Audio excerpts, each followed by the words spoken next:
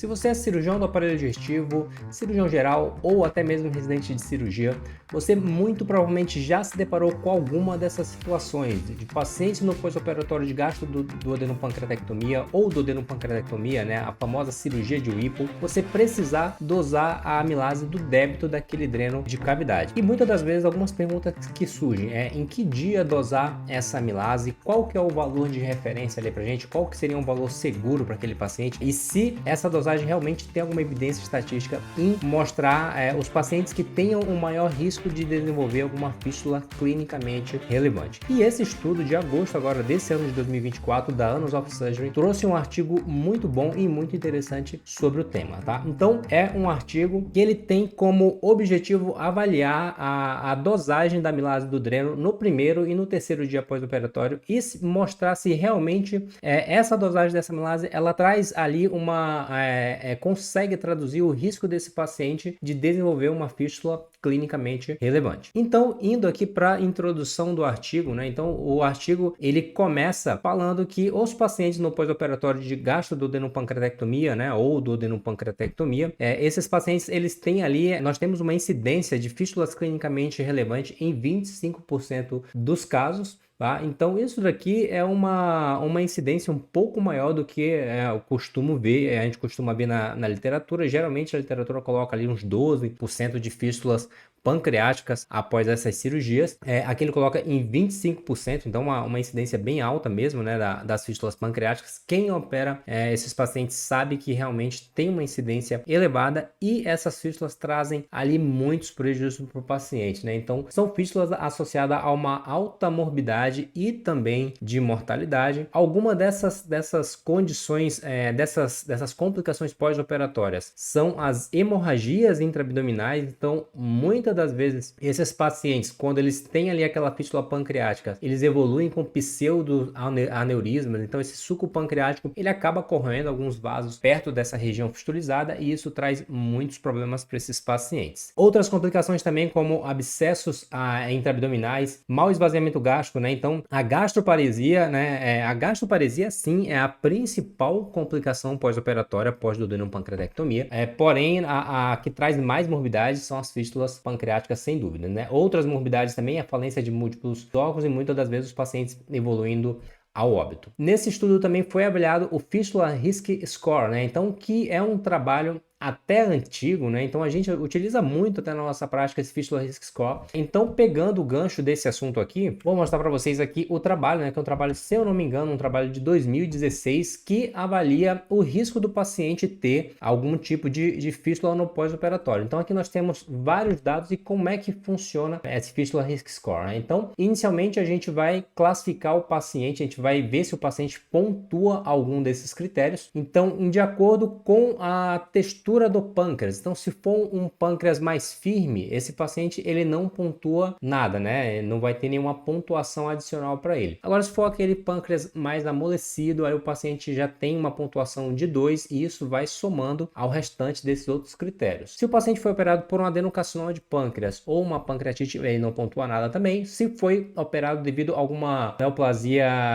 de papila ou adenocarcinoma de duodeno ou lesões císticas pancreáticas, esse paciente pontua 1, e de acordo com o diâmetro do ducto de Wilson, né, do ducto pancreático. Se o paciente tem um ducto muito dilatado, maior do que 5 milímetros, esse paciente não vai pontuar nada, e quanto menor o diâmetro do ducto, mais ele vai pontuar, né? Então nós sabemos que fica mais difícil fazer anastomose, a pancreato jejunal, e sim, esse paciente ele tem maior risco de ter uma fístula clinicamente relevante. Então, se o paciente tiver um ducto pancreático tiver um diâmetro de 4 milímetros, ele vai pontuar 1, 3 milímetros pontua 2 e aqueles ductos muito finos ali, menor do que 1 milímetro, vai pontuar 4. O sangramento intraoperatório também vai contar para esses pacientes. Se o paciente sangrar menos do que 400 ml, não pontua nada, e aqui até o extremo, o paciente sangrando mais do que 1 litro, pontuando 3. Esses pacientes aqui eles vão pontuar de 0 a 10. Se o paciente não pontuar nada, ele tem um risco insignificante. Se os pacientes pontuar de 1 a 2, ele tem um baixo risco para uma fístula clinicamente relevante. De 3 a 6, um risco intermediário, e o alto risco são aqueles pacientes que pontuam de 7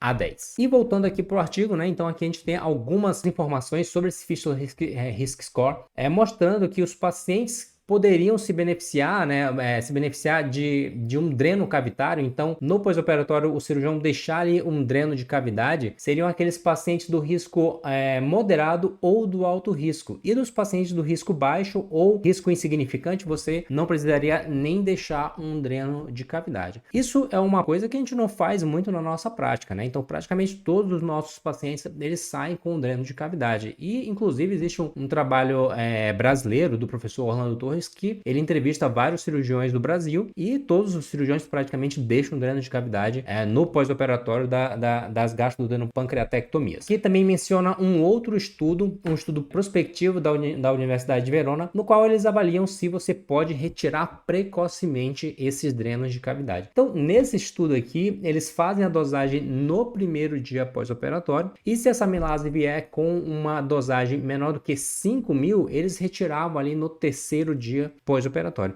Esse estudo mostrou que isso diminuiu muito as complicações pós-operatórias desses pacientes, com essa retirada precoce do dreno, tendo como base uma linha de corte ali, um nível de corte dessa amilase menor do que 5.000. Porém, né, quando é perguntado a cirurgiões experientes em cirurgias pancreáticas, né, em expert em cirurgias pancreáticas, somente 53% dos cirurgiões manejavam esse dreno com base na dosagem da amilase do primeiro dia pós-operatório, tá? Se no pós-operatório esses cirurgiões observavam uma amilase maior do que essa linha de corte de 5.000, 58% dos cirurgiões mantinham esse dreno por mais tempo e faziam a dosagem no terceiro dia. E, resumindo, esse estudo aqui mostrou que 90% dos cirurgiões pancreáticos, eles dosam a amilase no primeiro e no terceiro dia pós-operatório. É uma coisa que a gente faz na nossa prática, inclusive no final, os autores aqui, eles criticam muito esse artigo. E o objetivo desse estudo, então, é avaliar a importância da dosagem da amilase no primeiro e no terceiro dia pós-operatório, somente essas duas variáveis, tá?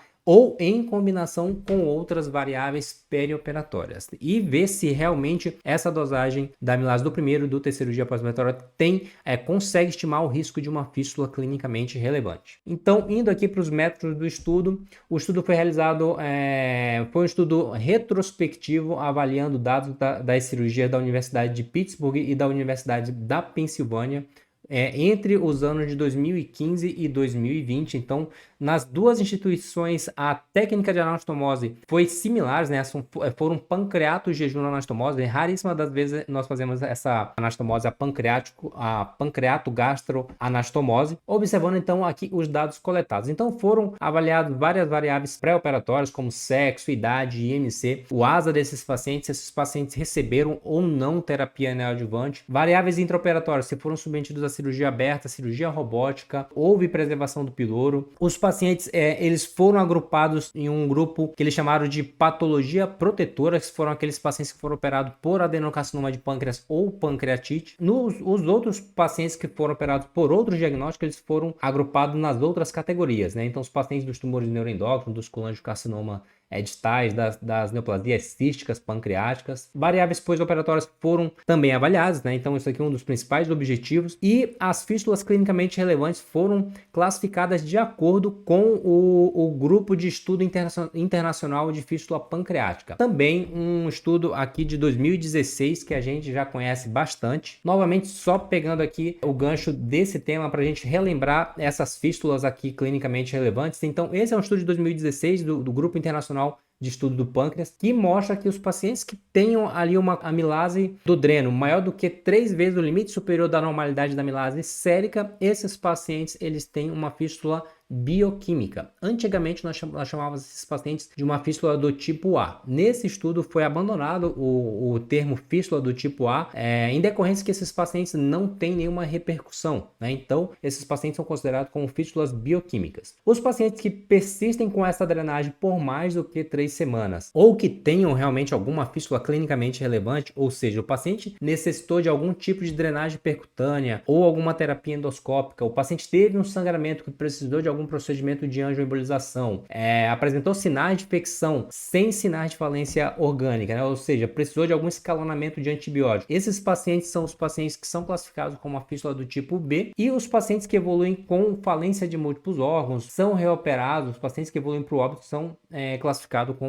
como uma fístula do tipo C, tá bom? Então isso daqui é uma coisa que já é muito bem difundido na literatura atual. E voltando então para o artigo aqui, na parte dos resultados, então foram avaliados 1.038 pacientes, né? Então 1.038 pacientes foram submetidos a pancreatectomias, 923 pacientes entraram no estudo, a mediana de idade foi de 66 anos, a maioria dos pacientes foram operados em decorrência de adenocarcinoma de pâncreas ou de pancreatite. Um terço dos pacientes operados receberam terapia neoadjuvante e a fístula clinicamente relevante ocorreu em 9% desses pacientes, sendo que 8% dos pacientes tiveram uma fístula do tipo B e 1% do tipo C. 44% dos pacientes tiveram alguma complicação menor e 17% sofreram complicações maiores. A taxa de mortalidade em 90 dias foi de 2%.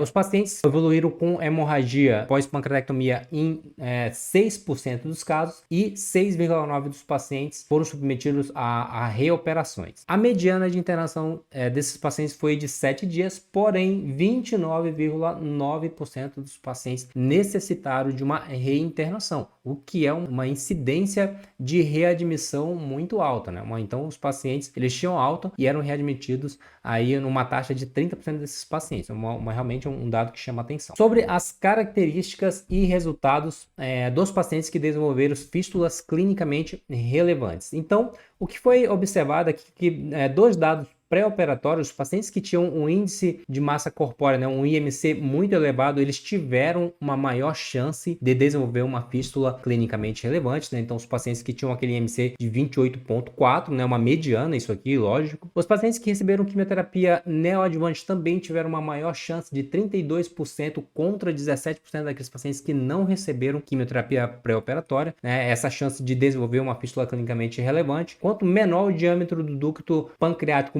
maior a chance, também o dado que a gente também já sabe, né? Os pacientes que têm ali um diâmetro de 2 milímetros têm uma maior chance de desenvolver uma fístula clinicamente relevante, e aqueles pacientes que entraram ali no grupo do risco intermediário ou do alto risco em decorrência do fístula risk score, né? Então esses pacientes também tiveram uma chance maior de ter uma fístula clinicamente relevante. Os pacientes que desenvolveram uma fístula clinicamente relevante tiveram uma maior incidência de reoperações, lógico, né? Então a gente sabe que esses pacientes eles têm uma maior chance de ser reoperado, uma maior taxa de sangramento pós-operatório, em decorrência do que eu já mencionei no início, dos pseudoaneurisma que esses pacientes eles fazem ali no pós-operatório, os pacientes que têm uma fístula clinicamente relevante. Entrando aqui para a principal parte do estudo, realmente mostrando aqui o risco estimado desses pacientes desenvolverem essa fístula dosando a amilase no primeiro e no terceiro dia pós-operatório. Então, os pacientes que tiveram uma fístula clinicamente relevante, eles tiveram uma mediana maior realmente dessa dosagem de amilase, tá? Então, a mediana dos pacientes que desenvolveram uma fístula clinicamente relevante no primeiro dia pós-operatório foi de 5.400 e no terceiro pós-operatório de 11.760. Então, realmente uma amilase muito elevada. Porém, o estudo ele criou aqui alguns modelos de regressão logística pegando várias dessas variáveis, né? Então, esse modelo aqui ele fez uma tabela, né? A tabela 1 que a gente vai já observar, e aqui nessa tabela ele avaliou várias outras variáveis, associando outras variáveis. E a gente vai dar uma olhada nessa tabela. Então aqui nessa tabela ele colocou o modelo 1, na qual eles avaliaram somente a dosagem do primeiro dia pós-operatório. O modelo 2 avaliaram somente a dosagem do terceiro dia pós-operatório. No modelo 3, a dosagem da amilase no primeiro e terceiro dia pós-operatório. O modelo 4 já levou em consideração alguns outros critérios, como ressecção arterial, se a cirurgia foi aberta ou robótica. E no modelo 5, além desses já citados, também avaliaram a questão da terapia neoadjuvante, o diâmetro do calibre do ducto pancreático e o índice de massa corpórea. E observaram que o modelo 3 foi o melhor modelo, com uma melhor sensibilidade e melhor especificidade em predizer o risco desses pacientes desenvolveram uma fístula clinicamente relevante. Ou seja, você avaliar somente realmente esses dois fatores têm uma melhor sensibilidade e especificidade do que você avaliar todo aquelas outras variáveis intraoperatórias, pré-operatórias e pós-operatórias também. Utilizando somente a dosagem de amilase no primeiro e no terceiro dia pós-operatório, teve uma sensibilidade de 74%, uma especificidade de 83%, um valor preditivo positivo de 31% e um valor preditivo negativo de 96%. Então, pegando esse melhor modelo, né, então analisando somente a dosagem do primeiro e do terceiro dia pós-operatório, eles criaram mais duas tabelas. Na tabela 2, eles criaram várias situações com diferentes valores dessa dosagem de amilase e na tabela 3 colocaram 6 cenários hipotéticos. A gente vai dar uma olhada nessas 3 tabelas e tirar algumas conclusões. Essa tabela 3 aqui, então, acredito que seja a tabela mais importante aqui do estudo e que a gente consegue tirar as maiores informações. Então, aqui ele coloca um primeiro cenário, o paciente que tenha tido uma dosagem sérica da amilase de 5.100 e no terceiro dia pós-operatório, essa amilase ela realmente tem uma queda muito brusca, uma queda muito importante, a amilase vem de 41. Esse paciente ele tem uma probabilidade de desenvolver uma fístula clinicamente relevante de 6%. Já o segundo caso aqui, mesma coisa, o paciente ele teve uma dosagem de 5.100, porém, se essa amilase ela não cai tanto, ela fica ali em torno de 3.000, de 2.000, esse paciente ele tem um risco muito aumentado de desenvolver uma fístula, tá? De 37%. Então, aqui a gente tira uma conclusão muito importante, que só a dosagem do primeiro dia não significa muita coisa. A gente tem que aguardar a dosagem do terceiro dia. Se esse paciente que tem uma amilase do primeiro dia muito alta, acima de 5.000, é um fator de risco para esse paciente desenvolver uma fístula clinicamente relevante. Porém, nós temos que observar a do terceiro dia. Se essa amilase realmente tiver uma diminuição, no artigo ele vai mencionar isso, se essa amilase cair mais do que 70%, esse paciente tem uma diminuição no risco de desenvolver uma fístula em mais de 50%. Então é muito importante que essa amilase, mesmo que ela venha muito aumentada no primeiro dia, que ela tenha uma queda pelo menos de mais de 70%. Então, como acontece aqui no caso 1, esse paciente ele tem uma queda ali muito acentuada e aí sim a gente tem uma diminuição desse risco. Se essa amilase permanece ali na casa de 2.000, 3.000, a gente precisa ficar atento com esse paciente. No caso 3, aquele paciente que já tem uma amilase baixa, mesmo ela ascendendo um pouco, o risco desse paciente ainda é de 13%. No caso 4, o paciente já tem uma amilase menor do que 5.000, ela cai mais ainda, então o paciente vem tendo uma diminuição nesse risco. No caso 6, o paciente sempre tem uma amilase baixa no primeiro e no terceiro dia, e no terceiro dia pós-operatório, esse paciente tem 1% de chance, tá? Então é muito importante que essa amilase sempre venha baixa até, tá? Porém, se ela vier alta no primeiro dia, se ela cair muito, esse paciente ainda assim tem um baixo risco. E aqui na tabela 2, ele cria vários valores aqui, pegando ali o primeiro dia e o terceiro dia pós-operatório e já dando ali a porcentagem de chance desse paciente ter uma fístula clinicamente relevante. Então, o paciente aqui no primeiro dia, se ele tem essa dosagem de 5.000 e no terceiro dia vem uma dosagem de 3.000, tem um risco muito alto. E mostrando aqui também, ó, se o paciente tem no primeiro dia de 5.000 e no terceiro dia vem de 15, a chance desse paciente é muito baixa. Porém, se no primeiro dia está ali 5.000 e no terceiro dia está 10.000, né? Então aumentou, né? Teve essa grande variação positiva dessa amilase, então esse paciente tem um alto risco de fístula clinicamente relevante. São dados aqui que a gente pode trabalhar com eles no pós-operatório do nosso paciente e prever mais ou menos a chance, o risco desses pacientes desenvolverem esse tipo de fístula. Então aqui ele só descreve todos esses cenários que eu já acabei de falar e na discussão, né? Então a análise demonstra que os pacientes que são submetidos à duodenopancreatectomia, que a avaliação desses dois fatores, da dosagem da amilase no primeiro e no terceiro dia pós-operatório, ela é factível e ela consegue estimar o risco desses pacientes desenvolverem uma fístula clinicamente relevante em comparação com esses valores isolados ou em combinação com outros dados do paciente, com outras variáveis inerentes ao paciente. Então isso pode orientar o cirurgião, pode auxiliar o cirurgião a já começar a implementar estratégias para mitigar essas fístulas, né? Então iniciar um octreotide,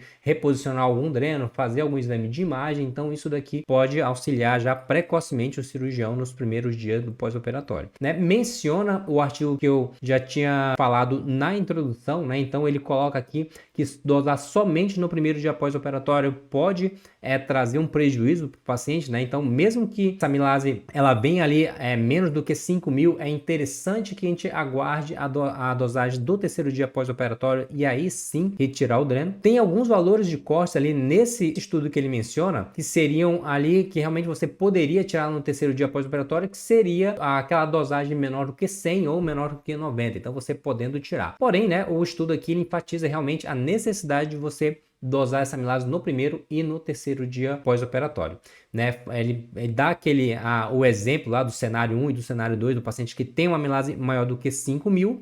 Em um caso, a amilase diminuindo muito, o paciente tem um risco muito baixo, e no outro caso, a amilase se sustentando, esse paciente tem um risco muito alto. E concluindo aqui um dado muito importante sobre a drenagem do primeiro, sobre níveis dessa dosagem de amilase do primeiro e do terceiro dia pós-operatório. Então, se você tem um paciente que no primeiro dia a amilase vem menor do que 5.000 e no terceiro dia essa amilase vem menor do que 350, esse é um candidato a você retirar precocemente esse dreno de cavidade, tá? Então, realmente, se o paciente ele preencher esses dois critérios, você até pode tirar um pouco mais precoce esse dreno. Na nossa prática, a gente acaba deixando ali 5, 7 dias sem grandes problemas. O que eles encontram também é que essa variação da dosagem de amilase no primeiro e no terceiro dia é muito importante. Coloca aquele dado que eu falei sobre um decréscimo em mais de 70% da dosagem de amilase do primeiro para o terceiro dia pós-operatório, que isso tem uma grande relevância. Esse estudo ele tem algumas limitações, né? Então os parâmetros para retirada do dreno ele não pontua muito bem,